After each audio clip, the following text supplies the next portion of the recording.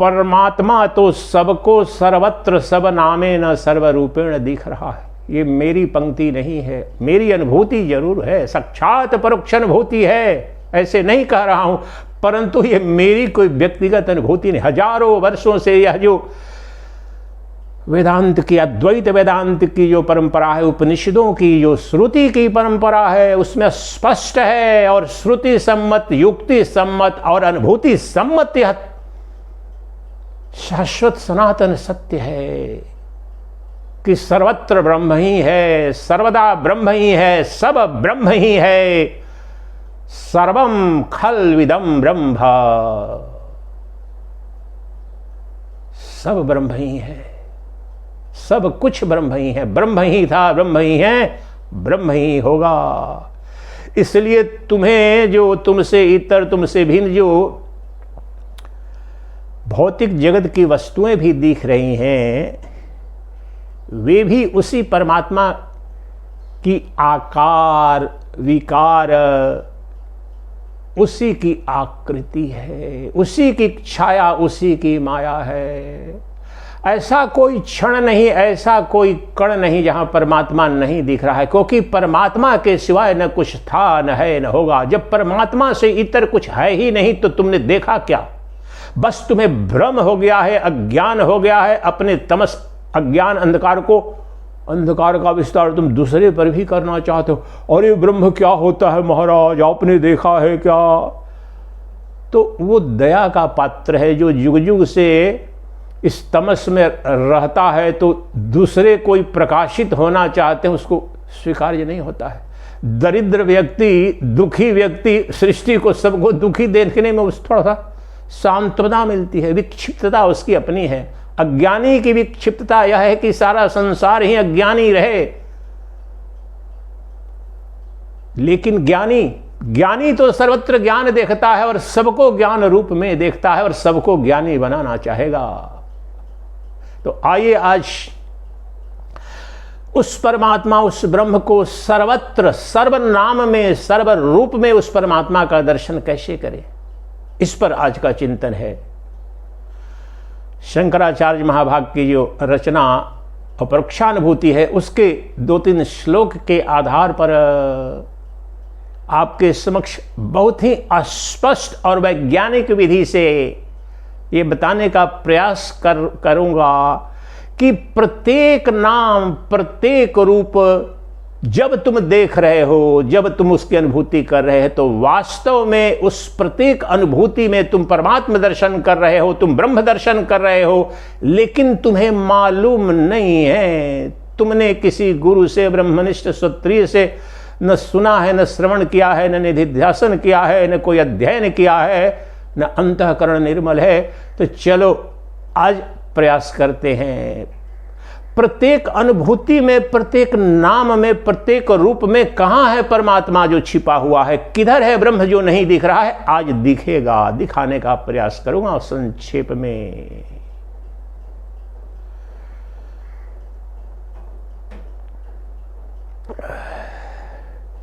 तैत्तरीय उपनिषद प्रारंभ यहां से करते हैं। वेदांत के मूल ग्रंथ हैं, आधार अधिष्ठान है उपनिषद। वेदांत नाम उपनिषद प्रमाण। वेदांत और अद्वैत वेदांत हो या शांकर वेदांत हो, उसके प्रमाण है उपनिषद। तो उपनिषद से प्रारंभ करते हैं। ब्रह्म कौन है, क्या है, ब्रह्म के स्वरूप लक्षण, ब्रह्म के तटस्थ लक्षण पहले जाने, तब तो ब्रह्म किस पक्षी का नाम है, किस धातु का नाम है, किस पदार्थ का नाम है, तब तो कहेंगे कि परमात्मा दिख रहा है या नहीं दिख रहा है। मूर्खों ने अध्ययन तो किया नहीं, जाना तो नहीं। सुबह से शाम तक पाखंड की, धर्म की जो दुकानें चल रही हैं, दुकानदारी करना चाहता है, लेकिन जहां ब्रह्म चिंतन, ब्रह्म ज्ञान होता है तो उससे कुछ असहज हो जाता है, तो दूसरे को सर्टिफिकेट बांट रहा है। अपना तो कुछ पता नहीं, जीवन में चपरासी क्लर्क तक तो बना नहीं, लेकिन दूसरा ब्रह्म ज्ञान, आत्मज्ञान को नहीं प्राप्त हो पाएगा, इसकी गारंटी दे रहे हैं। इसी मूढ़ता के कारण दे रहे हैं। ब्रह्म का स्वरूप क्या है, ब्रह्म का की प्रकृति क्या है जो तुम्हें नहीं दिख रहा है? तो चलो युक्ति सम्मत, पहले श्रुति सम्मत देखते हैं ब्रह्म क्या है। क्या स्वरूप है। तो परमात्मा के स्वरूप लक्षण और तटस्थ लक्षण तैतरीय उपनिषद में जो मूल वर्णित है, जो सर्वत्र ब्रह्मसूत्र हो या अन्य भाष्य हो, शंकराचार्य महाभाग ने उन्हें ही उद्धृत किया है। तो वो संक्षेप में जानते हैं, फिर अपरोक्षानुभूति के कुछ एक दो श्लोक लेकर के और स्पष्टता से समझेंगे, दर्शन करेंगे। प्रत्येक नाम में उस परमात्मा का दर्शन, प्रत्येक नाम में उस ब्रह्म का दर्शन। तो ब्रह्म क्या है, कैसा है, कहाँ है? तो तैतरीय उपनिषद सत्यम ज्ञानम अनंतम ब्रह्म, जो अनंत सत है, अर्थात सत का अर्थात है अस्तित्व। जो अनंत सत है, अनंत का तात्पर्य है जो देश काल वस्तु अपरिच्छिन्न है, जिसका आरंभ नहीं, जिसका अंत नहीं। तो जो अनंत सत है और अनंत ज्ञान है, वही ब्रह्म है। अनंत की संक्षिप्त परिभाषा की, अनंत का तात्पर्य जिसका न काल में आरंभ है, न देश में आरंभ है, न वस्तु में आरंभ है और न अंत है। जो देश काल वस्तु अपरिच्छिन्न सत्य है और देश काल वस्तु अपरिच्छिन्न बोध है, ज्ञान है, वही ब्रह्म है। ये परमात्मा का स्वरूप लक्षण है। अब आगे जो श्लोक लेंगे, उदाहरण लेंगे, तो मैं आपको स्पष्टता से दिखाऊंगा कि तुम सत्य की अनुपस्थिति दिखाओ और तुम ज्ञान की अनुपस्थिति दिखाओ। प्रत्येक किसी भी अनुभूति में दिखाओ तुम वैज्ञानिक विधि से, कहीं पर उसकी अनुपस्थिति सिद्ध ना कर पाओगे। तो इसे और स्पष्टता से समझने के लिए अगला सूत्र लेते हैं, जिसमें परमात्मा के तटस्थ लक्षण है, the incidental characteristics of the Brahman. वो क्या है? यतो वा इमानि भूतानि जायन्ते येन जातानि जीवन्ति यत् प्रयन्ति यत् तत् अभिशन्ति तद् ब्रह्म तद् विजिज्ञासस्व तद् विजिज्ञासस्व। जिससे ये समस्त नाम रूपात्मक जगत उत्पन्न हुआ है, जिसमें स्थित है और जिसमें विलीन हो जाता है, वही ब्रह्म है, वही ब्रह्म है। इसी की जिज्ञासा करो, इसी की जिज्ञासा करो, अर्थात इसे ही जानो। एकमात्र जानने लायक, एकमात्र ज्ञान पदार्थ जो है यही है। क्यों? क्योंकि तुम्हारे दुखों की आत्यंतिक निवृत्ति और परमानंद की प्राप्ति, जिसके लिए युग युग से तुम प्रयासरत हो, तुम्हारी मनसा वाचा कर्मणा प्रत्येक क्रिया गहरे चिंतन करो। किसी उपनिषद की आवश्यकता नहीं, किसी गुरु की आवश्यकता नहीं।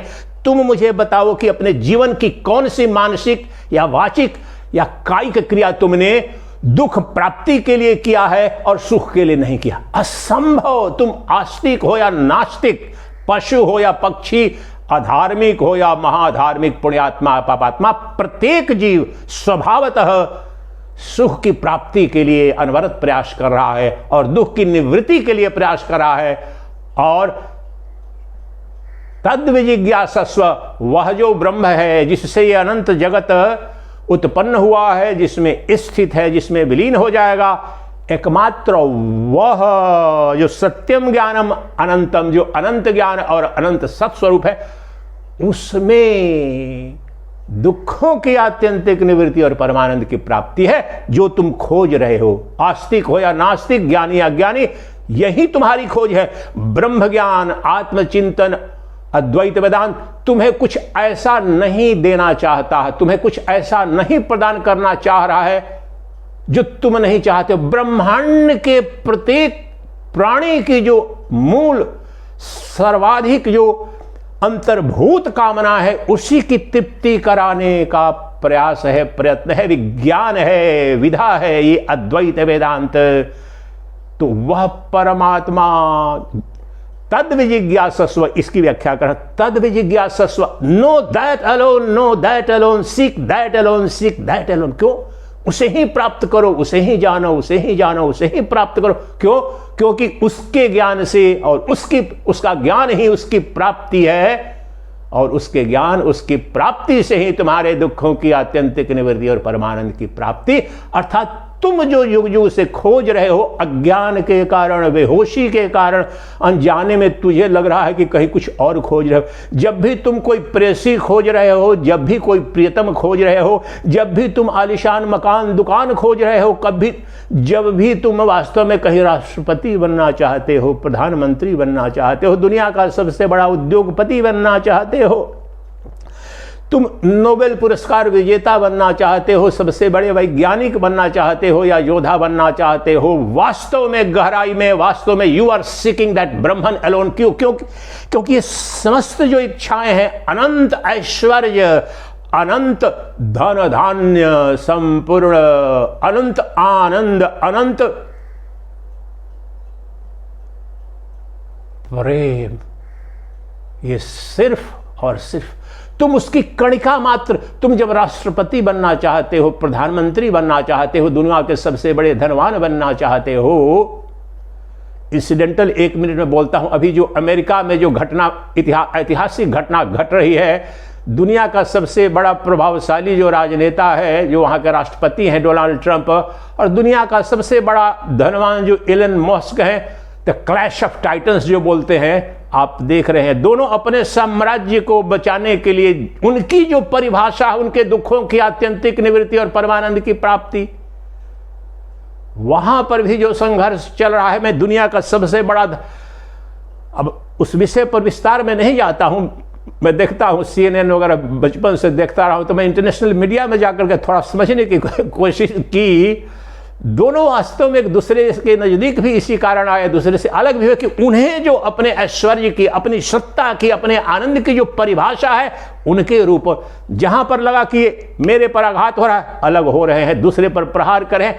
ये घटना एक की नहीं है, प्रतिपल, चाहे निर्धन हो, चाहे बलवान हो या धनवान हो, सब अपनी प्रकृति के अनुसार सर्वत्र सर्वस्व ऐश्वर्य की ही कामना, ऐश्वर्य की ही प्राप्ति करना चाह रहे हैं, परंतु अज्ञान के कारण उन्हें इस भौतिक जगत में वह ऐश्वर्य दिखता है जहां है नहीं। ये उपनिषदों का उद्घोष है। वह जिस ऐश्वर्य की कामना के लिए इतनी युद्धें होती हैं, जिस प्रेम के लिए, जिस प्रेमिका के लिए, जिस प्रियतम के लिए, जिस ऐश्वर्य के लिए, वैभव के लिए, जिस प्रशंसा के लिए, इस पुरस्कार के लिए तुम इतने जीते मरते हो, इतनी युद्धें होती हैं, और अपने अंदर व्यक्तिगत जीवन में भी वास्तव में उस समस्त की उत्पत्ति, समस्त की प्राप्ति उस एक तत्व के ज्ञान और उस तत्व की प्राप्ति से ही संभव है। इसीलिए उपनिषदों ने कहा, तरति शोकम आत्मवेद, प्राप्तस्य प्राप्ति ही निवृत्तस्य निवृत्ति। समस्त दुखों की निवृत्ति का तात्पर्य है समस्त कामनाओं की भी निवृत्ति, जिसमें होती है, किसमें? आत्मज्ञान में। अपने आत्मा का स्वरूप जानो, और इसके सिवाय कोई उपाय नहीं है तुम्हारी परम तृप्ति की। तो जिससे, अब मूल सूत्र पर आ जाते हैं, ब्रह्म कौन है, कहां है, जिसका दर्शन नहीं हो रहा है। मैंने पहले ही बताया कि प्रत्येक नाम में, प्रत्येक रूप में, प्रत्येक क्रिया में हमें ब्रह्म दर्शन करना है, तो दिखाओ महाराज। तो पहले बता दिया तैत्तरीय उपनिषद का कि जिससे ब्रह्म उत्पन्न हुआ है, जिसमें ब्रह्म स्थित है, जिससे ये नाम रूपात्मक जगत उत्पन्न हुआ है, जिसमें स्थित है और जिसमें विलीन हो जाएगा, वो ब्रह्म है। उस ब्रह्म को जानो। तो आओ देखते हैं इस वक्त जो हम स्थित हैं, कहां पर स्थित है। चलो, भारत भूभाग, यहां पर मैं ऋषिकेश हरिद्वार में हूं, मैं अमुक व्यक्ति हूं, आप जहां पर है वहां पर है। तो अच्छा, तो मैं और ये समस्त जगत ब्रह्म से। अब उपनिषद के पहले शाब्दिक उस श्लोक को यहां समझते हैं। तो मैं और ये समस्त जगत, सूर्य, चंद्र, भारत और मैं और अमेरिका और सूर्य, सारे लोग सब ब्रह्म से उत्पन्न हुए हैं। चलो, ये उत्पन्न हो गए ब्रह्म से, लेकिन अभी इस वक्त भी स्थिति का अधिष्ठान अर्थात उस ब्रह्म में ही है। ब्रह्म से इतर हुए नहीं, ब्रह्म से भिन्न हुए नहीं, ब्रह्म से, परमात्मा से जुदा हुआ नहीं कोई भी कभी भी। इस अनंत जगत का नाम रूपात्मक युक्त दृश्यमान जो प्रतीति है, उस सब ब्रह्ममय ही है इस वक्त भी, और अंततः वह ब्रह्म में ही विलीन हो जाता है। ये तो हुई श्रुति की जो मूल उक्ति है। इसको आधार बना करके आइए अब अपरोक्षानुभूति के आधार पर जो शंकराचार्य महाभाग इसी बात को कर है, हम देखने जा रहे हैं, प्रयत्न करेंगे कि चलो ये जो नाम रूपात्मक जगत है यहां पर दिखाओ ब्रह्म को, देखो ब्रह्म को, दर्शन करो ब्रह्म को, क्यों नहीं दिख रहा है और कैसे दिखेगा। तो आज 2-3 श्लोक लेंगे अपरोक्षानुभूति। अपरोक्षानुभूति ग्रंथ है, उसी पर इस बार का शिविर जो परसों से प्रारंभ हो रहा है, ये प्रवचन मुझे कल ही करना था, लेकिन परम पूज्य गुरुदेव की 5वीं निर्वाण दिवस की जो तिथि पर आयोजन था, ऋषिकेश जाना पड़ा अचानक, तो आज कर रहा हूँ। तो 2-3 श्लोक लेंगे, संक्षेप में बताने जा रहा हूँ, और उसके माध्यम से बड़ी स्पष्टता से यही प्रत्येक नाम में दिख रहा है परमात्मा, लेकिन किस कारण से तुम्हें लग रहा है कि कुछ और दिख रहा है, इसकी निवृत्ति करने का प्रयास करूंगा। यहाँ जो कुछ भी बच जाएगा तो शिविर में वहाँ तो विस्तार से होगा। तो क्या कहते हैं शंकराचार्य महाभाग, आज लेते हैं श्लोक 2 लेंगे, 2 ही श्लोक लेंगे। श्लोक संख्या अपरोक्षानुभूति के 49 और 50। वही जो तैत्तरीय उपनिषद का मंत्र मैंने बताया, उसी को अपने रूप में भी शंकराचार्य ने जो कहा है, जितने मनुष्यों ने जो कुछ कहा है वेदांत के संदर्भ में, मूल ग्रंथ तो वेदांत है, उपनिषद। इसलिए उस जो मूल श्रुति की उक्ति है उसको आपको बता दिया, अब उसकी व्याख्या करेंगे, समझने का प्रयास करेंगे। तो ये दिखाने बताने के लिए कि सर्वत्र ब्रह्म ही है, क्योंकि सब ब्रह्म से उत्पन्न हुआ, अभी भी ब्रह्म में ही स्थित है। ब्रह्म में स्थित होने का क्या मतलब है? अभी भी ब्रह्म ही है, और अंततः तुम्हें जो दिख रहा है कि मृत्यु हो गई या सर्वनाश हो गया, वो ब्रह्म ही रहेगा, ब्रह्ममय हो गया। तो उदाहरण से समझाता हूं, पहले श्लोक ले लेते हैं। श्लोक 49 अपरोक्षानुभूति का। ब्रह्मणः सर्वभूतानि जायन्ते परमात्मनः तस्मात् एतानि ब्रह्मैव भवन्तीत्या अवधारयेत्। बिल्कुल यही उसका अर्थ है जो तैत्तरीय उपनिषद का, उसी से प्रेरित ये श्लोक है, उसी को धृत कह नहीं रहे, लेकिन वही मूल ग्रंथ है। तो कह रहे हैं कि ब्रह्मणः सर्वभूतानि जायन्ते परमात्मनः तस्मात् एतानि ब्रह्मैव भवन्तीत्यवधारयेत्। समस्त जो नाम रूपात्मक जगत है वह परमात्मा ही है, वह ब्रह्म ही है, क्योंकि सब कुछ उस ब्रह्म से ही उत्पन्न हुआ है। जायन्ते का तात्पर्य है that is born out of Brahman, ब्रह्म से ही उत्पन्न हुआ है, परमात्मा से ही उत्पन्न हुआ है। Very simple Sanskrit. जो ब्रह्म है, जो परमात्मा है, उसी से सर्वभूतानि अर्थात the entire phenomenal universe of names and forms, जो नाम रूपात्मक जगत आपको दिख रहा है सबको अज्ञान की अवस्था में, जिसे कह रहे हो कि ये क्या है, मुझे ब्रह्म क्यों नहीं दिख रहा है, तो उस जगत, उस नाम, तुम्हारा मित्र, तुम्हारा शत्रु, तुम्हारा पति, तुम्हारा पत्नी, जो कुछ भी दिख रहा है, सूर्य चंद्र जड़ चेतन, ये समस्त जो उत्पन्न हुए हैं ब्रह्म से और स्थित हैं ब्रह्म में। इसलिए तस्माद् एतानि ब्रह्मैव भवन्तीत्यवधारय। चूंकि ये समस्त नाम रूपात्मक जगत ब्रह्म से ही उत्पन्न हुआ है, परमात्मा से ही निकला है, इसलिए ऐसा निश्चय करो कि यह भी ब्रह्म ही है, यह ब्रह्म ही है, परमात्मा मैं ही है। कैसे? इसको समझो उदाहरण से। वेदांत के लिए बहुत ही तीक्ष्ण बुद्धि चाहिए। That is not meant for the ordinary intellect. Only the people with the sharpest razor sharp intellect are the ones who are entitled for Vedantic reflection। जो अद्वैत वेदांत है बहुत तीक्ष्ण बुद्धि का। यहां पर समझो, लग रहा अच्छा चलो परमात्मा से तो उत्पन्न हो गया है ये जगत शरीर, लेकिन अभी तो ये आ रहा है। बिल्कुल नहीं। उदाहरण समझो, जो जिसका मूल कारण होता है कारण और कार्य की अभिन्नता का जो मौलिक सिद्धांत है द्वैत वेदांत में, कारण से कार्य कभी भी भिन्न नहीं होता है, सदा अभिन्न होता है। इस सिद्धांत को समझो। The cause and effect, the relationship between the cause and effect, the effect is always indifferent from cause। आम हिंदी में जो कार्य है वह कारण से अभिन्न होता है। कार्य क्या है, कारण क्या है?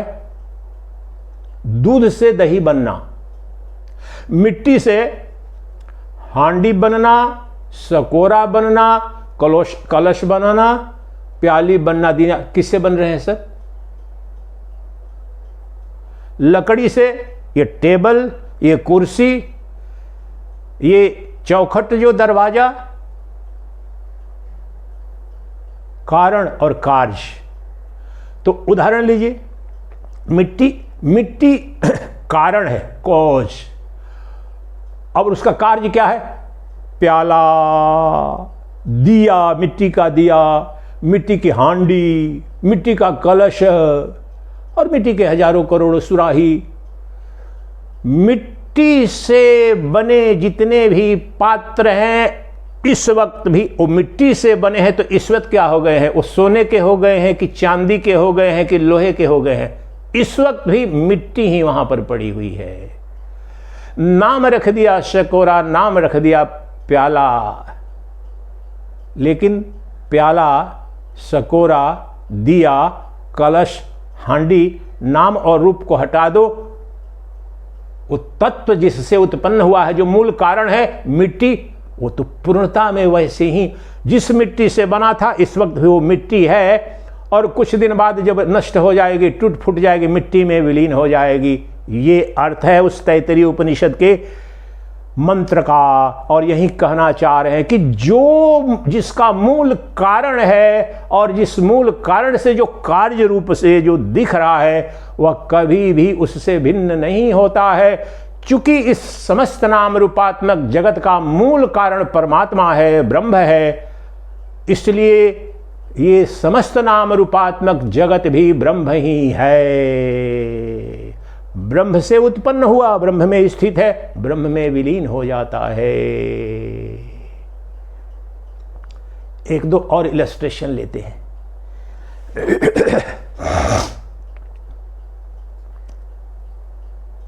जो समुद्र है, महासागर है, तत्व क्या है? महासागर किसे कहते हैं? अनंत जल राशि, वो कारण है। कार्य रूप में कैसे दिखता है? तरंग, बड़ी तरंग, छोटी तरंग, फेन, झाग, बुलबुला। झाग नाम की कोई वस्तु है क्या वहां पर? फेन नाम की कोई वस्तु है क्या? तरंग नाम की भी। उस जल राशि से इतर जल राशि से भिन्न न कोई बड़ी तरंग, न छोटी तरंग, न कोई फेन, न झाग, न बुदबुदा। जो पदार्थ है, जो तत्व है, जो धातु है, वो क्या है? जल। जल से तरंगे, फेन, बुदबुदा सब उत्पन्न हुए हैं। और जिस समय तरंग के रूप में दिख रहा है, जिस समय झाग के रूप में दिख रहा है, जिस फेन और बुलबुले के रूप में दिख रहा है, भंवर के रूप में दिख रहा है, उस वक्त भी वह जल राशि, जल राशि, जल राशि के सिवाय कुछ भी नहीं है। क्योंकि जल का ही विकार है। That is only modification of the water alone. इसलिए पानी था, पानी है और पानी ही रहेगा। जल से जो उत्पन्न हुआ है जल के रूप में है, जल में ही विलीन हो जाता है। नाम रूप केवल मानसिक कल्पना है। इसलिए जिस प्रकार से जल में उठने वाली तरंगे, फेन, झाग, बुदबुदे केवल विकार हैं, नाम रूपात्मक केवल भ्रम उत्पन्न हो रहा है, वस्तु एकमात्र जल राशि है, उसी प्रकार ये अनंत नाम रूपात्मक जगत जो तुम्हें दिख रहा है, जिसको नर या नारी, जड़ या चेतन, निकृष्ट या उत्कृष्ट, हे या प्रिय कह रहे हो, वो सब ब्रह्म ही था, ब्रह्म से ही उत्पन्न हुआ है, ब्रह्म ही है, ब्रह्म में ही है, ब्रह्म ही है और ब्रह्म में ही विलीन हो जाएगा। इसलिए वास्तव में जिसे तुम भ्रम भी कहते हो, माया भी कहते हो, वास्तव में ब्रह्म ही है। ब्रह्म और ब्रह्म की छाया, पुरुष और पुरुष की माया। बिंब और प्रतिबिंब, प्रतिबिंब की स्वतंत्र सत्ता नहीं है, उसी प्रकार से ये नाम रूपात्मक जगत जो माइक है, जो छाया है, ये पुरुष की ही छाया है, अर्थात ब्रह्म की ही छाया है। लेकिन वो छाया, वो माया सदा ही उसका अधिष्ठान, उसका मूल कारण वो पुरुष है। इसी प्रकार से जो नाम रूपात्मक जगत है, जो आपके हित मित्र रिश्तेदार शत्रु के रूप में दिख रहे हैं, सूर्य चंद्र लोक अनंत लोक के रूप में दिख रहे हैं, हे प्रे के रूप में दिख रहे हैं, किसी के लिए भाग रहे हो, किसी से भाग रहे हो, किसी से प्रेम कर रहे हो, किसी से घृणा, सब ब्रह्म ही है। ब्रह्म से इतर कोई न था, न है, न होगा। और ये युक्ति सम्मत है, मूल कारण परमात्मा है। इसी तत्व को बहुत सुंदर तरीके से योग वशिष्ठ में महर्षि वशिष्ठ कहते हैं। वो एक श्लोक ले लेते हैं, फिर अगला श्लोक यहां पर लेंगे कि जो कुछ भी दिख रहा है वो ब्रह्म ही है, ब्रह्म से इतर न कुछ था, न है, न।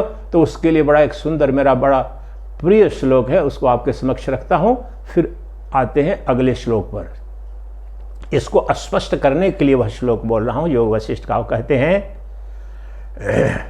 ब्रह्मचिद ब्रह्मभुवनम ब्रह्मभूत परंपरा ब्रह्माहम ब्रह्म क्षत्रुर्ब्रह्मन्मित्र बांधवा ब्रह्मन्मित्र बांधवा। शाब्दिक अर्थ केवल समझ लो, इतना सरल है, इतना आनंद है। कई बार पहले भी बोल चुका हूं। कहते हैं ब्रह्मचिद, ब्रह्म का मूल स्वरूप क्या है? चैतन्य स्वरूप है, ज्ञान स्वरूप है। और वहां तैत्तिरीय उपनिषद क्या बोला? सत्यम ज्ञानम अनंतम ब्रह्म। वही जो ज्ञान शब्द वहां पर कहा गया है, ज्ञान ही सत्य है, वही आनंद है। तो उसी को कहे ब्रह्मचिद। ब्रह्म का स्वरूप क्या है? जो चैतन्यमय है, that which is pure consciousness is Brahman, the supreme self, the Paramatman. ये मूल परिभाषा है समस्त अद्वैत वेदांत में। Who is Brahman? What is Brahman? Pure consciousness is verily Brahman. जो निर्मल ज्ञान स्वरूप है, जो शुद्ध चैतन्य बोध स्वरूप है, उसे ही ब्रह्म कहा जाता है। वो देश काल वस्तु अपरिच्छिन्न है, उसका जन्म नहीं, उसकी मृत्यु नहीं। तो पहले यह कह दिया ब्रह्मचिद, जो चेतना है, जो शुद्ध बोध है, जो तुम्हारी अंतरात्मा प्रत्यगात्मा के रूप में है, उसी को कह रहे हैं चिद। वही परमात्मा है, वही मूल धातु है। वो अखंडानंद जी के शब्दों में बोलूं, मूल मसाला बोलते हैं उसको। जिस मूल मसाले से ये भगवान, जिस तरह से मसाला होता है ना, मसाला बन रहा है, मकान बन रही है, तो ये जिस मूल मसाले से ये जगत बना है वो परमात्मा ही है। और वो परमात्मा का स्वरूप प्रज्ञानम ब्रह्म, प्योर कॉन्शियसनेस इज वेरीली ब्रह्मन, शुद्ध बोध स्वरूप है। ये अंतिम ऐतरेय उपनिषद का जो महावाक्य है, प्योर कॉन्शियसनेस इज वेरीली ब्रह्मन। अब यही तत्व जो तैतरीय उपनिषद में है, यहां पर महावाक्य के रूप में तत्व एक ही है। जो शुद्ध बोध है वही सत्ता मात्र है, सत है, तीन नहीं है। सत्य चित आनंद तीन नहीं है। जो चैतन्यमय है, बोधमय है, प्रज्ञानमय है, वही शाश्वत सनातन सत है, अस्तित्व है, और वही परमानंद स्वरूप है। तो महर्षि वशिष्ठ कह रहे हैं कि ब्रह्मचिद, जो चैतन्य है, जो एक है, अद्वितीय है, जो देश काल वस्तु अपरिच्छिन्न है, उसकी व्याख्या भी कर दे रहा हूं, नहीं तो समझ नहीं पाओगे। और वह चिद कहां है? तुम्हारी अंतरात्मा, तुम्हारी प्रत्यगात्मा, उसे करें तो। और सबकी प्रत्यगात्मा, सबकी अंतरात्मा एक ही है, वही ब्रह्म है। तो कह रहे हैं जो चैतन्य सत्ता है, जो प्रत्यगात्मा है, जो शुद्ध बोध स्वरूप है, वही ब्रह्म है। फिर बोलते हैं ब्रह्मचिद ब्रह्म भुवनम ब्रह्मभूत परंपरा।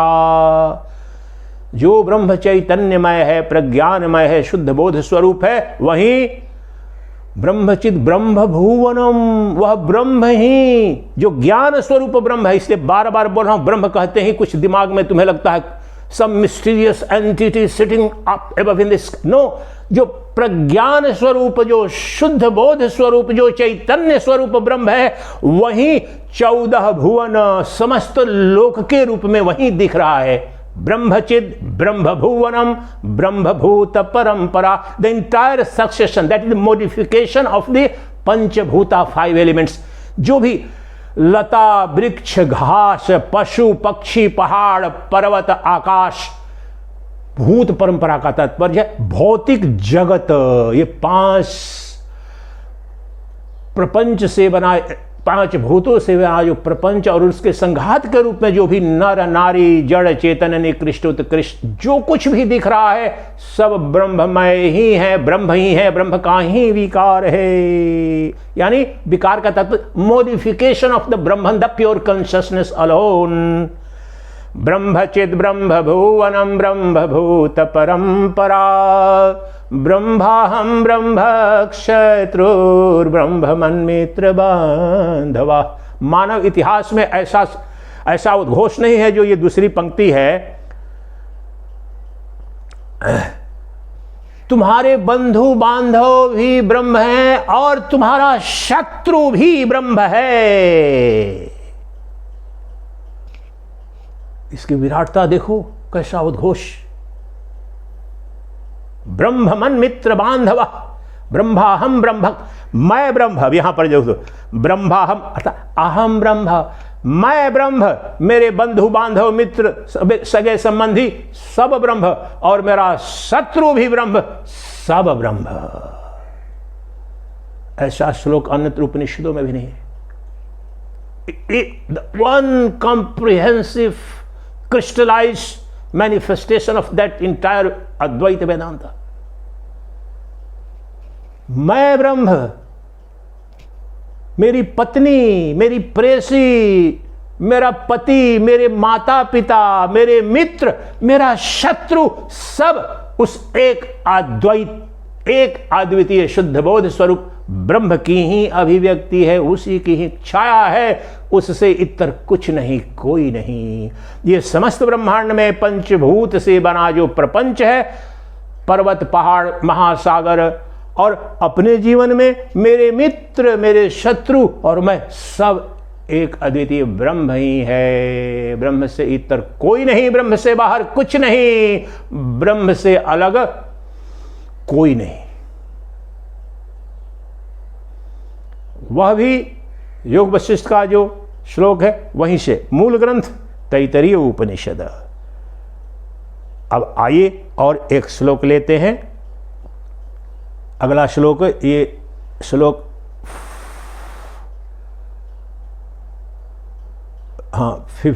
श्लोक संख्या 50 लेते हैं।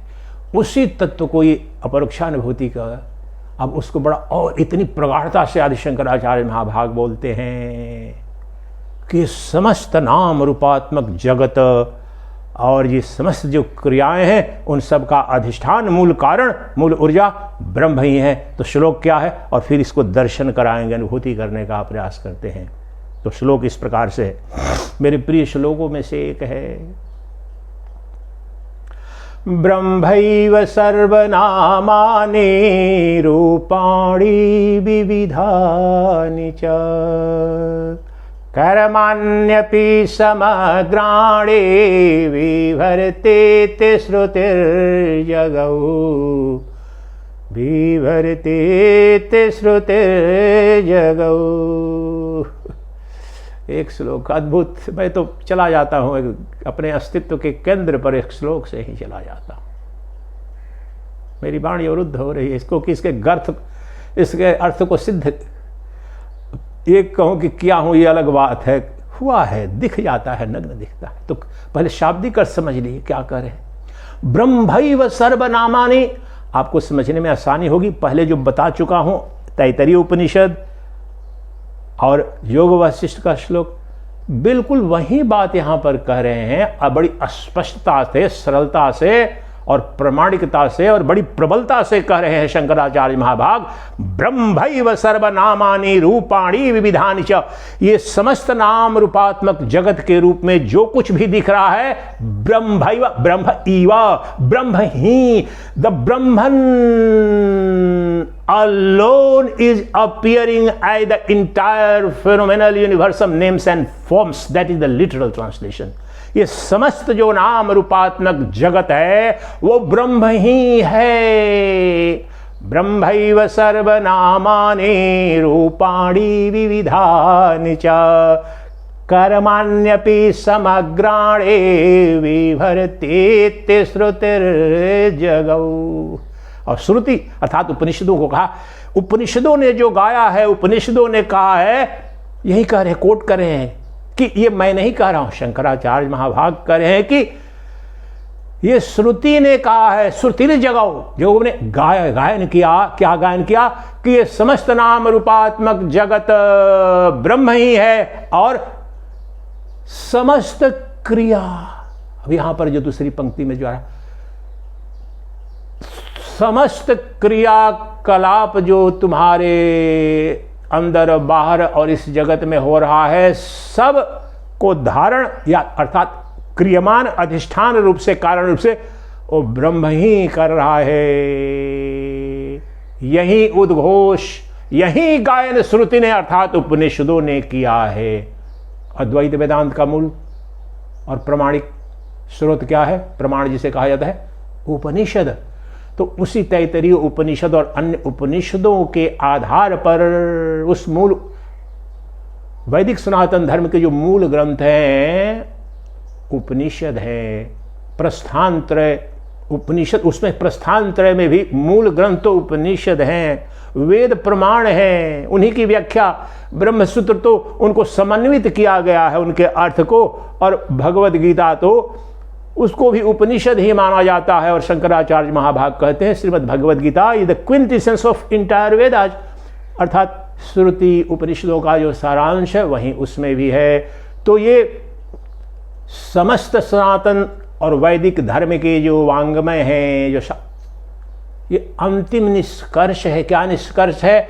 कि भौतिक जगत में दिखने वाला प्रत्येक नाम, प्रत्येक रूप और प्रत्येक क्रिया, इन सबका जो अधिष्ठान, जो धारण करने वाला है, जो मूल कारण है, जो मूल ऊर्जा है, वो ब्रह्म ही है। यही उपनिषदों ने, श्रुति ने जगाओ, उपनिषदों ने गाया है, उपनिषदों ने युग युग से ये उद्घोष किया है, ऋषियों ने उद्घोष किया है, तत्ववेताओं ने, ब्रह्मवेताओं ने यही उद्घोष किया है, ऊर्ध्वबाहु उद्घोष किया है, खुले मुक्त उत्कंठ भाव से उद्घोष किया है कि समस्त नाम, समस्त रूप और समस्त क्रिया में कारण रूप से ब्रह्म विद्यमान है। विद्यमान था भूत में, वर्तमान में भी विद्यमान है और भविष्य में भी वही एक अद्वितीय सच्चिदानंद घन ब्रह्म जो प्रज्ञान स्वरूप है, जो चेतन स्वरूप है, जो प्रत्येक जीव की अंतरात्मा प्रत्यगात्मा है, वह प्रत्यगात्मा अंतरात्मा देह तदात्म के कारण है, वह निरुपाधिक होते हैं, शुद्ध चैतन्य है और ब्रह्म है, वही परमात्मा है। और जहां कहीं भी जो कुछ भी नाम रूप में दिख रहा है वो परमात्मा का ही विकार है, परमात्मा का ही आभास है, परमात्मा बिंब है और ये नाम रूपात्मक जगत प्रतिबिंब, इसीलिए चिदाभास कहते हैं। ये जो जीव है और जो विशेष रूप से जो सूक्ष्म शरीर जिसका जन्म मृत्यु और अनंत काल तक यात्रा चलती है, द सटल, और उसको भी व्यवहारिक अर्थ में मन को ले लो, वही चिदाभास कहा जाता है, उसी की यात्रा है। और वो चिदाभास क्या है? रिफ्लेक्टेड कॉन्शियसनेस, वो जीव भाव, वो बिंब वास्तव में उसका मूल स्वरूप बिंब है, अर्थात ब्रह्म है, परमात्मा है, शुद्ध चैतन्य स्वरूप है, लेकिन देह तादात्म्य के कारण प्रतिबिंब के रूप में अभी ही ब्रह्म क्रियमान है, अभी ही ब्रह्म सच्चित आनंद के रूप में मेरी समस्त क्रिया, मेरी समस्त अनुभूति और आपकी प्रत्येक क्रियाकलाप अनुभूति में अधिष्ठान रूप से उपस्थित है, जिसे संक्षेप में भी दिखाने जा रहा हूं। लेकिन वह अज्ञान के कारण उसका स्वरूप जानते नहीं है, तो कहीं भ्रम पाल रखा है, अज्ञान के कारण किसी अन्य लोक में किसी विशेष आकृति के रूप में कोई भगवान। इसलिए प्रश्न करते हैं, महाराज उस प्रभु को आपने देखा है क्या, उस आत्मा का साक्षात्कार किया है? अरे प्रभु अब क्या बोलूं आपको, आप कुछ ककहरा तक तो पढ़ा नहीं वेदांत का कोई। मुझे बड़ा गर्व होता है, बचपन में शायद तीसरे चौथे क्लास में किसी गांव के विद्यालय में, मुझे जो जिस विद्यालय में पढ़ता था, शायद हिंदी की कोई पुस्तक, उसमें नचिकेता की कहानी थी, 1-2 पृष्ठ की। उसी समय जो नचिकेता और यमराज का संवाद था, मुझे रोमांचित हो जाता था। और वो मूल रूप से कितना छोटा बच्चा रहा होगा, तो हमारे पहले के जो पाठ्यक्रम भी थे, जितने गुलामी के कालखंड के भी, किसी न किसी रूप में कहीं उपनिषद का कोई आख्यान हो, कहीं किसी का वर्णन, मुझे तत्काल रूप में वो बड़ी विराट रूप में दिख जाता था। तो ग्रहण आपने क्या किया है, किस हीरोइन का क्या साइज है शरीर का, किस क्रिकेटर ने चौके छक्के कहाँ माने, पूरी जीवन की ऊर्जा तो आपको वहां लगी है प्रभु, तो ब्रह्म कैसे दिखेगा? ब्रह्म ही तो यहां पर बंधन युक्त होकर के अपने अज्ञान को और अज्ञान भाव को प्राप्त होकर के तरस रहा है। तुम्हें क्यों नहीं दिखेगा? लेकिन तुम्हें चाहिए नहीं, तुम्हें जो ब्रह्म चाहिए मिल गया है। आडंबर का, पाखंड का, अहंकार का वो तांडव कर रहे हो। ब्रह्म चिंतन के लिए तुम्हारे पास समय था क्या कभी? जीवन भर तो काम का और काम के पीछे भागे हो, तत्काल राम होना चाहते हो। अरे अभी भी अगर राम होना चाहते हो तो प्रामाणिकता से तो देखो तो कि जीवन भर मैंने जो जिस काम का तात्पर्य ये संसार, पद, पैसा, प्रतिष्ठा जो मरण धर्मा है, अनित्य है, जीवन भर उसके लिए पूरी ऊर्जा लगा दी, और इस बुढ़ापे में आकर के दूसरे को सर्टिफिकेट बांट रहे हो कि आपको ब्रह्म ज्ञान नहीं हुआ है, बेटे तुम्हें ब्रह्म ज्ञान नहीं होगा। परमात्मा आपका कल्याण करे, आपकी मूर्खता का क्या किया जा सकता है? आप अकेले नहीं हैं, आप जड़ता में इतने गहरे पड़े हैं, आप पर दया के सिवाय कुछ नहीं कर सकता हूं। आप उपनिषदों का अध्ययन करें, आपको पता चलेगा। आप सर्वदा सदा अज्ञानी भी ज्ञान, ऐसा नहीं है कि ज्ञानी को ही परमात्मा दिख रहा है। ज्ञानी और अज्ञानी में बस एक ही फर्क है, परमात्मा ज्ञानी अज्ञानी सबको दिख रहा है, बस ज्ञानी वह है जिसे पता चल गया परमात्मा का ये स्वरूप है, इस रूप में मुझे दिख रहा है। अज्ञानी क्या है? वो स्वतः परमात्मा ही है, परमात्मा के सिवाय न कुछ था, न है, न होगा। इसलिए जो अज्ञानी है, जो मूढ़ है, जो कामी है, जो विषय है, वह भी राम ही है, वह भी परमात्मा ही है, बस वह जानता नहीं है। वह कल्पना यह कर बैठा है परमात्मा किसी अन्य लोक में, वैकुंठ धाम में जाऊंगा, गोलोक धाम में जाऊंगा, या अभी भी किसी जंतर मंतर वाला बाबा हमें किसी विशेष आकृति का दर्शन। ये विशुद्ध पाखंड है, सनातन धर्म में कहीं नहीं, वेदों में कहीं नहीं है। अपने पाखंड से पहले मुक्ति पाओ, तब तो आत्यंतिक मुक्ति वेद वर्णित मिलेगी तुम्हें। परमात्मा यही है, अभी है, सदा है, सर्वदा है। ज्ञानी उसे देख रहा है, उसे पता है कि वह जो मेरी अंतरात्मा है, प्रत्यगात्मा है, वही मूल रूप में, बिंब रूप में मेरे अंदर और सबके अंदर विद्यमान है। इसीलिए जो सन्यास परंपरा में नमो नारायण करते हैं, 99% का उसका अर्थ ही नहीं पता है। नमो नारायण क्यों करता है सन्यासी? मैं तो फोन भी आता है तो ये प्रतीक्षा नहीं करता हूं कि कोई मुझे मैं सर्वत्र नमो नारायण का तात्पर्य यह है, सर्वत्र ब्रह्म दर्शन नारायण ही है। दरिद्र है, भिखारी है, मवाली है, जिधर मैं रहता हूं वहां बहुत सारे बोतल पी पी करके शाम में प्रसाद पाने जाता हूं, मस्त रहते हैं, पागल की तरह व्यवहार, जो कुछ भी करे मुझे कोई प्रिय लगते हैं ऐसा नहीं कर रहा हूं, लेकिन उस अप्रियता में भी, खिन्नता में भी ये बोध रहता है, प्रणाम अंदर से करता हूं, नमो नारायण। नारायण ने ही अपने अज्ञान में, अपने तमस में अपने को बना लिया है, शराब पी लिया है, पागल बना लिया है, सड़क पर पड़ा हुआ है। लेकिन उसकी जो अंतरात्मा है, शुकर की, कुकर की, पशु की, पक्षी की, नराधम की, पापी की, पुण्यात्मा की, वो आत्मा जो प्रत्यगात्मा वो एक जैसी नहीं, एक ही है। वह निरामय तत्व है, असंग तत्व है, उसमें कोई दोष नहीं। दोष आत्मा ने शराब नहीं पिया है, आत्मा ने दुष्कर्म नहीं किया है, आत्मा ने पाखंड नहीं किया है, वो तो जीवात्मा ने किया है। अर्थात जो मन बुद्धि तुम्हारी जो सूक्ष्म शरीर है, जो अंतःकरण है, वह जो अशुद्ध है, कामना युक्त है, वह अज्ञान के कारण पाप कर रहा है। इसलिए है तो वहां पर कौन? मैं ही हूं। इसलिए नमो नारायणाय। पशु में, पक्षी में, कौवे में, शूकर में, कुकर में, ज्ञानी में, अज्ञानी में, कामी में, रामी में, भोगी में, योगी में, सब में एक ही वह तत्व जो सच्चिदानंद घन है वो अधिष्ठान रूप से विद्यमान है और प्रत्येक क्रिया का भी वही अधिष्ठान है।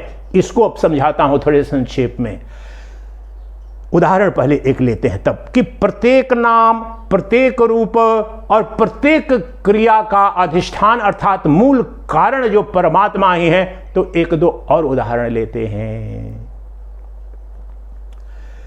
जिस प्रकार से सोना, कारण क्या बताया, कारण और कार्य की अभिन्नता के सिद्धांत पर आज व्याख्या कर रहा हूं। तो कारण चूंकि इस जगत का मूल कारण, इस नाम रूपात्मक जगत का मूल कारण ब्रह्म है, इसलिए यह जगत भी और नाम रूपात्मक जो कुछ भी दिख रहा है ये ब्रह्म ही है। तो तुम जिसे जीव कह रहे हो, तुम जिसे मूर्ख कह रहे हो, तुम जिसे पापी कह रहे हो, वास्तव में ब्रह्म ही है। तो इसे समझने के लिए उदाहरण समझो। शब्द कहता हूं कुत्ता, चलो कुत्ता तो थोड़ा पालते भी है, शूकर कह दूं, पिग्स, तो सुनते ही आपको घृणा होती है, गंदगी का प्रतीक है, भक्षण करती है। लेकिन आपने देखा है गांव में पहले मेला लगता था, अभी भी दिवाली वगैरह, यहां पर भी दिल्ली वगैरह में मैंने देखा, खाण अर्थात चीनी के खिलौने बनाते थे, बिकते थे। क्या बनते थे? खाण यानी चीनी से बने, पर गणेश जी, लक्ष्मी जी, कुत्ता भी, ऊंट भी, हाथी भी, शूकर भी, कुकर भी। अब मेले में बचपन में मुझे याद है, अब नाम लो, कुत्ता, शूकर और एक तरफ गाय, घोड़ा और गणेश जी। अब खाण से बना हुआ, शुगर से जो बनी हुई जो मिठाई खिलौने के रूप में, और वो तो खाएंगे ही सब। शुकर को भी वहां पर नाम रूप अगर सत्य है तो शुकर को भी खाएंगे, कुकर को भी खाएंगे। कहने में विभत्स लग रहा है, लेकिन देखो कितना व्यवहारिक सत्य है। जो खाण बिकता है, जो चीनी बिकती है दिवाली के समय में गांव के मेलों में भी, तो वहां पर शुकर भी बना देगा, रूप कुकर भी बना देगा, गणेश जी भी बना देगा, लक्ष्मी भी, पार्वती भी, शिव भी वहां पर। लेकिन अधिष्ठान रूप से क्या है? सबके सब, शुकर भी, कुकर भी, शिव भी, पार्वती भी, गणेश भी, लक्ष्मी भी, सब खाण खाण खाण। Sugar and sugar and sugar alone is the cause, material cause of the entire names and forms. इसलिए तत्व दृष्टि से शुकर भी चीनी है, कुकर भी चीनी है, गणेश जी भी चीनी मात्र है तत्व दृष्टि से। पार्वती जी हो, शिव जी हो, रावण हो और राम हो, कंस हो या कृष्ण हो, दोनों चीनी है। इसलिए कार्य कारण की अभिन्नता का सिद्धांत देखते हुए, और तुम देखो इस जगत में उस अधिष्ठान को जानो, उस तत्व को जानो जो ये भिन्नता के बीच में जो अभेद तत्व है, जो अभिन्न एकत्व है। शुकर, कुकर, ऊंट, हाथी, शिव, पार्वती के रूप में कितने रूप हो गए? ये 10-12 तो मैंने नाम ले लिए, हजारों लाखों आकृति बन सकती है, उसके गहने भी बना के बेच दो। लेकिन ये नाम रूप तो हजारों लाखों हो गए, लेकिन वस्तु एक ही है, चीनी, शुगर, खांड। उसी प्रकार से ये तुम्हें जड़ चेतन निकृष्ट उत्कृष्ट, पशु पक्षी, पहाड़ पर्वत, महात्मा दुरात्मा, ये भिन्नता स्वरूप जो ये जगत दिख रहा है, उस एक सतचित आनंद। उदाहरण याद रखो, चीनी से बने खिलौने, चीनी से बने शिव जी, चीनी से बना शुकर, कुकर, चीनी से बना रावण हो, चीनी से बना राम हो, दोनों बराबर है। इसीलिए ये भेद बुद्धि से, अज्ञान की दृष्टि से सब पापी पुण्यात्मा है, दृष्टा दृश्य है। अभेद दृष्टि से, उस चैतन्य दृष्टि से, ज्ञान दृष्टि से देखो, सब ब्रह्म था, सब ब्रह्म है, सब ब्रह्म ही रहेगा। क्योंकि सब कुछ एक अद्वितीय चैतन्य से ही उत्पन्न हुआ है, उसी में स्थित है, उसमें विलीन हो जाता है। तो वह जो सत्यम ज्ञानम अनंतम ब्रह्म, वह अनंत ज्ञान और वह अनंत सत अभी यही मेरी प्रत्यगात्मा के रूप में और सभी जीवों, सभी भूतों के अंदर वह प्रत्यगात्मा है और उसी के विकार है, उसी की अभिव्यक्ति है। अब यहां पर संक्षेप में एक बहुत महत्वपूर्ण बात और मूल बात बताने जा रहा हूं कि तो फिर कहेंगे कि अच्छा अभी प्रत्येक नाम रूप है उस सब परमात्मा बिल्कुल इसी, यही तो श्री रामचरितमानस में गोस्वामी जी बोलते हैं, सिया राममय सब जग जानी, करऊं प्रणाम जोर जुग पानी। ये शुद्धतम व्यवहारिक लोक संग्रह और लोक दृष्टि से सरल रूप में सर्वम खलविदम ब्रह्म, इसका यही अर्थ है। सिया राम का तात्पर्य क्या है? सी अर्थात शुद्ध ब्रह्म सच्चिदानंद, और सीता माया, ब्रह्म और ब्रह्म की माया, पुरुष और पुरुष की छाया। तो दो ही है यहां पर, दृष्टा और दृश्य। दृक् ब्रह्म दृश्य मायेति सर्व वेदांत निर्णय, बार बार बता चुका हूं वेदांत में ये सूत्र, हर बार हर प्रवचन में याद आपको इसलिए एक बार दिलाता हूं कि ब्रह्म किस रूप में है? जो देखने वाला, जो चेतन तत्व है, दृष्टा है, वो शुद्ध ब्रह्म है, वो राम है। और सीता कौन है? जो दिख रहा है, जो माइक है, जो दृश्यमान जगत के रूप में वास्तव में दोनों अभिन्न है। सीता और राम दोनों अभिन्न है। ब्रह्म जो मूल ऊर्जा है, जो राम है, उनमें ही अभिव्यक्त, उनसे ही अभिव्यक्त हो रही है, उनमें उनसे वह अभिव्यक्त होने वाली जो माइक सत्ता है। इसलिए अब 2-3 मिनट के अंदर ही आपको बड़ा स्पष्टता से बताता हूं कि कैसे उसको देखें। तो दृक् ब्रह्म दृश्य मायेति, तो जहां प्रत्येक नाम और प्रत्येक रूप में ब्रह्म दर्शन करना चाहते हो ना, अधिष्ठान बता दिया, लेकिन अब देखो सबसे मूल बात बताने जा रहा हूं। कैसे? हाँ महाराज, ये टेबल में कैसे देखूं? तो जो भी नाम रूप तुम्हें दिख रहा है उसके दो अंश है, एक दृश्य है और एक दृष्टा है। दृश्य का मतलब है नाम रूप, दृश्य के अलावा किसी का नाम रूप नहीं होता है। अब प्रत्येक नाम रूप जो दृश्यमान है, और जो दृष्टा है वो सतचित आनंद है। तो तुम बताओ, सूर्य को देख रहे हो या मंगल को देख रहे हो? इतने हजारों करोड़ों अरबों वर्ष दूर है। ये टेबल को देख रहे हो या अपनी पत्नी को देख रहे हो या अपने पति को या संतान को या हित मित्र, जिसको भी तुम देख रहे हो, जो देखने की घटना, देखने का तात्पर्य है बोध करने।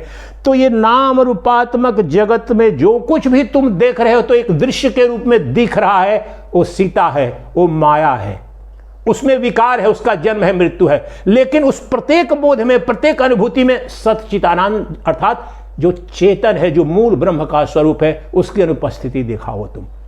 वह जड़ को सिद्ध करने वाला चेतन, उस विषय का जो विषयी है, जो ज्ञेय का जो ज्ञाता है, वो परमात्मा है, वही ब्रह्म है, और उसकी अनुपस्थिति दिखाओ। व्याख्या यह कर रहा हूं, कर्माण्यपि समग्राणी विभर्तीति श्रुति जगाऊ। ये जो अपरोक्षानुभूति का ये श्लोक संख्या 50, इसकी व्याख्या कर रहा हूं कि विभर्तीति श्रुतिर जगाओ कर्मान्यपि समग्राणी। जिस जो वाणी बोल रहा हूं और आप जो श्रवण करें, वो चैतन्य सत्ता, वह जो ब्रह्म है, वह मेरे प्रत्येक इंद्री, मेरे रोम रोम, मेरे शरीर, शरीर के अंग, प्रत्येक इंद्री, प्रत्येक अनुभूति को प्रकाशित, अनुप्राणित करने वाला जो चैतन्य है, वही तो ब्रह्म है। और वहां श्रोता के रूप में जो बैठा, उसका भी अधिष्ठान, मूल ऊर्जा कौन है? वही चैतन्य है, वही तो ब्रह्म है। जिस प्रकार से ये बल्ब भी किस ऊर्जा से चल रहा है? बिजली से। ये फैन चल रहा है, वो भी बिजली से। ये यहां पर जो मोबाइल जो चल रहा है, ये भी बिजली से चल रहा है, चार्ज रोज करते हैं, ऊर्जा एक है। उसी प्रकार से हमारी जो प्रत्येक जो क्रिया है, प्रत्येक जीव की जो प्रत्येक अनुभूति, प्रत्येक कर्म, उसमें उस चैतन्य अर्थात जो सतचित आनंद अर्थात जो दृष्टा है, उसकी उपस्थिति। यहाँ देखो, ये टेबल मुझे दिख रहा है, या यहाँ पर मुझे हाथ दिख रहा है। ये हाथ नाम रूप हो गया, ये माया है, ब्रह्म की ही माया, अर्थात the shadow, the reflection of Brahman. ब्रह्म से परे कुछ नहीं। लेकिन शुद्ध ब्रह्म कहाँ है? इसको जो जान रहा है, देख रहा है। अब बताओ, मेरे सिवाय कौन है? ये दाहिना हाथ है, ये बायां हाथ है, ये टेबल है। और इसको अब सर्वत्र प्रत्येक क्रिया में आपको कोई प्रिय दिखा या अप्रिय दिखा, आपने सत्कर्म किए या दुष्कर्म किए, उन सब क्रियाओं के अधिष्ठान रूप से वो परमात्मा, वो चेतन न सत्कर्मी है न दुष्कर्मी है। ये बिजली न पाप कर्म करती है न पुण्य कर्म, लेकिन यहां पर इस बिजली के आलोक में, जैसे कोई डाकू आए यहां पर हीरे जवाहरात पड़े हैं, तो बिजली को, बल्ब को, या पहले के समय में लालटेन जला के ही तो लूट के ले जाएगा। किसी की हत्या करना है करेगा, बिजली उसके लिए जिम्मेदार नहीं है। उसी प्रकार से हमारे पाप कर्मों का प्रकाशक तो, उसका अधिष्ठान तो वो चैतन्य है, लेकिन स्वतः वो असंग है, निसंग है, निरंजन है, निरवयव है, वह निर्लेप है। यहां पर मैं प्रवचन कर रहा हूं तो ऐसा नहीं कि उस बल्ब को पुण्य हो जा रहा है और यहां कोई दुष्कर्म करूं, पाप कर्म करूं तो उसको पाप लग जाए, वो तो मेरे कर्म है, लेकिन वह समान रूप से अनुप्राणित, संचालित, प्रकाशित कर रहा है। उसी प्रकार से जो ब्रह्म है वो अकर्ता है, अभोक्ता है। कर्ता भोक्ता ये जीव है, ये शरीर है और फल भोगता है युग युग तक। लेकिन शरीर के अंदर शरीरी, अभी जो प्रत्येक नाम रूप को देखने वाला, सिद्ध करने वाला, जो जानने वाला दृष्टा, चाहे पाप को देखने वाला या पुण्य को, हे को देखने वाला या प्रे को, ये दृश्य रूप में, दृश्य का तात्पर्य नाम रूप, और नाम रूप ही माया है अर्थात असत है। लेकिन प्रत्येक नाम रूप के अधिष्ठान रूप में देखने जानने वाली सत्ता सतचित आनंद स्वरूप है। वह सतचित आनंद अर्थात दृष्टा, सतचित आनंद को ही दृष्टा कहते हैं और दृष्टा ही सतचित आनंद है। वह दृष्टा मैं हूं, मेरी प्रत्यगात्मा। इसलिए प्रत्येक अनुभूति, प्रत्येक ज्ञान, अपने प्रत्येक अनुभव में, जब ये लैपटॉप दिख रहा है, ये फर्श दिख रहा है, ये कुर्सी दिख रही है, तो चैतन्य सतचित आनंद उपस्थित है, वहीं देख रहा है, वहीं जान रहा है, वहीं अनुभूति कर रहा है। कर्ता भोक्ता भाव से नहीं, अकर्ता नित्य प्रकाशक चैतन्य है। इसे सन्निधि मात्रेण, जो शब्द उपनिषदों ने कहा है, परमात्मा कुछ करता नहीं है, लेकिन परमात्मा की अनुपस्थिति में कुछ भी संभव नहीं है। उदाहरण मैंने बिजली का दिया, इसलिए परमात्मा की उपस्थिति, परमात्मा के अधिष्ठान में ही समस्त नाम रूपात्मक जगत की प्रतीति, अनुभूति, अस्तित्व है। और प्रत्येक जो क्रियाकर्म इस जगत में हो रहा है, पाप हो या पुण्य, निकृष्ट हो या उत्कृष्ट, श्रेष्ठ हो या, सब उस परमात्मा के अधिष्ठान में हो रहा है। इसलिए कारण रूप से सर्वत्र सर्वदा प्रत्येक नाम में, प्रत्येक रूप में परमात्मा विद्यमान है, सच्चिदानंद घन विद्यमान है। लेकिन अंतःकरण निर्मल हो, इस पर चिंतन करने का थोड़ा समय है तब तो दिखे। जब भी कुछ तुम्हें दिख रहा है तो दृश्य का मन से निषेध करो, वहां पर दृष्टा दिखेगा। दृष्टा तुम हो, वह दृष्टा कोई और नहीं है, तुम ही तो ब्रह्म हो। वह जो मेरा मैं है प्रथम पुरुष में सा, इसलिए हिंदी व्याकरण में मैं को प्रथम पुरुष या उत्तम पुरुष दोनों एक ही कहते हैं, क्योंकि वो सद वस्तु है। हाँ, मैं जो है, अपना जो मैं है वही प्रथम पुरुष है और ब्रह्म का वो मूल स्वरूप है, निजबोध रूप, the state of self awareness. इसलिए मैं हूं यहां पर जो बोधा के रूप में, ज्ञाता के रूप में, और मैं ही सबको देख रहा हूं। सूर्य का उदय, सूर्य का अस्त, गंगा का तट, हिमालय पर्वत, पापी पुण्यात्मा, निकृष्ट उत्कृष्ट, देखने वाला जो है, जानने वाला है, जो बोध करने वाला है, वो सच्चिदानंद प्रत्येक क्रिया में उपलब्ध है। जो ये कहता है वो निकृष्ट, ये तो बुद्धि निर्णय लेती है, लेकिन उस बुद्धि का भी प्रकाशक है। ये निकृष्ट है, ये श्रेष्ठ है, ये श्रेय है, यह प्रिय है, वो तो मैं हूं, वह तो चैतन्य सत्ता है, वह तो देश काल वस्तु अपरिच्छिन्न, वह चैतन्य सत्ता है, वही तो ब्रह्म है। वह ब्रह्म मैं ही हूं, मेरे सिवाय कोई नहीं। वास्तव में ये अनंत ब्रह्मांड मेरा ही विकार है, विस्तार है, अभिव्यक्ति है। मैं ही सर्वत्र दिख रहा हूं। अब तो वह दृष्टा, एक अद्वितीय जो दृष्टा है, उससे ही ये नाम रूपात्मक जगत, वो दृष्टा मैं हूं। वह ब्रह्म मैं हूं, कोई दूसरा नहीं है। वह पर ब्रह्म जिससे जगत उत्पन्न हुआ है, वह ब्रह्म मैं हूं जिससे वह अनंत जगत उत्पन्न हुआ है, जिसमें स्थित है और मुझ में विलीन हो जाएगा। मुझ में ही वह सच्चिदानंद घन ब्रह्म मैं हूं। अब बताओ मुझे किस उपकरण से मेरे मैं के दर्शन के लिए, मेरे चैतन्य सत्ता के दर्शन के लिए, मेरी प्रत्यगात्मा, मेरी अंतरात्मा के दर्शन के लिए कौन सा दूरबीन चाहिए? किस गुरु के? कुछ शास्त्र की गुरु की उपयोगिता रही है, लेकिन अब तो मुझे पता चल गया, इसी यही जानने के लिए मैं ही सच्चिदानंद घन ब्रह्म स्वरूप जो चैतन्य सत्ता है, मैं ही एक अद्वितीय ब्रह्म हूं। चिदानंद रूप शिवोहम शिवोहम, चिदानंद रूप शिवोहम शिवोहम।